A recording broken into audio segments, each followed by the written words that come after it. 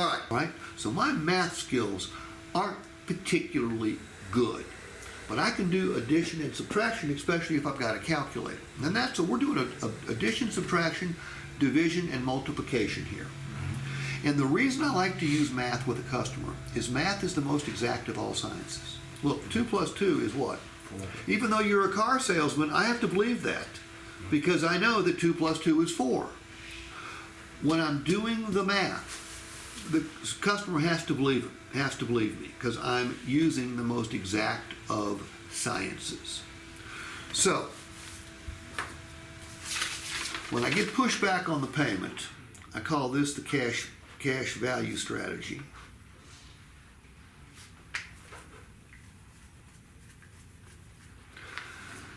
I've got,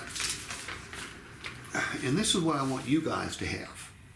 Okay, now you won't have it by the end of the day, but you can have it by the end of April if you practiced 15 minutes a day, 4 days a week.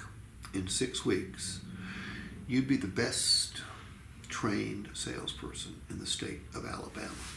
Unless Kevin also practiced 15 minutes a day, 4 days a week for 6 weeks, then he too. It doesn't take a ton of work. But most car salesmen aren't very good at their jobs. Not because they're not decent people, not because they don't have good personalities, not because they're not smart, but because they're trained like shit. Okay? You know why you're still in the business?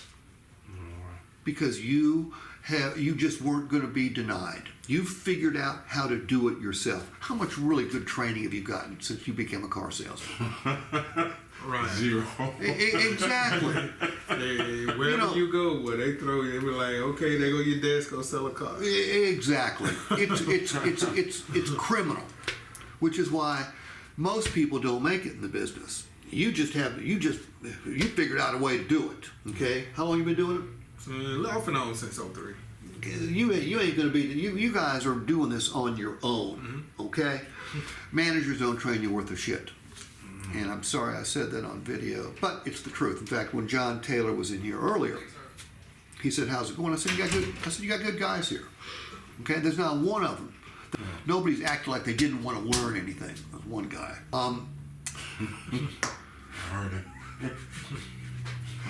So what I told him was, I said, your managers can't train, and it doesn't make them bad people. They haven't been trained to train. Okay, no sales manager. I say no sales manager. Very few sales managers that I work with, and I work with over 80 stores. Very few sales managers and trainers.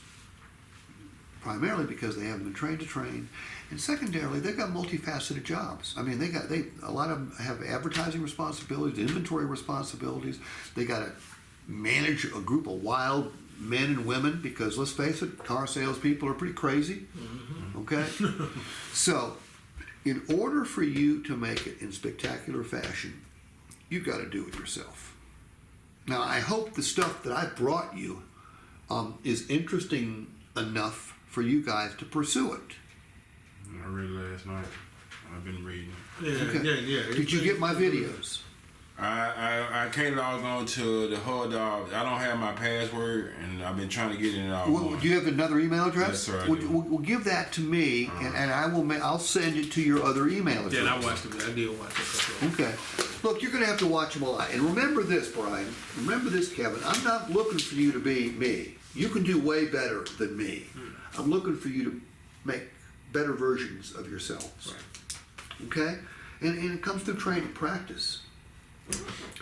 You know, I heard this guy on the radio in Dallas, Texas, I don't know, a year ago or so. His name was John Lucas. He was a great basketball player. And they were talking about, you know, today's basketball players versus, you know, he's in the Michael Jordan generation. Yeah, he just came up through the 80s, yeah. And here's what he said. He said, you know why Michael was the best player ever? And everybody's pretty much says the same thing. It's because of his practice ethic. He was a lunatic during practice. he went full speed. He pissed other players off because he practiced like it was a real game. John Lucas said, it taught me something. And he goes, I adopted this attitude regarding practice. I didn't practice until I could get it right. I practiced until I couldn't get it wrong. You've heard that before? That's one of the greatest lines I've ever heard regarding practice. Okay, whether it's for golf. I mean, I'm a golfer. Okay? Ask me how good I am. How good are you? Not very. Ask me why. Why? I have a terrible practice ethic.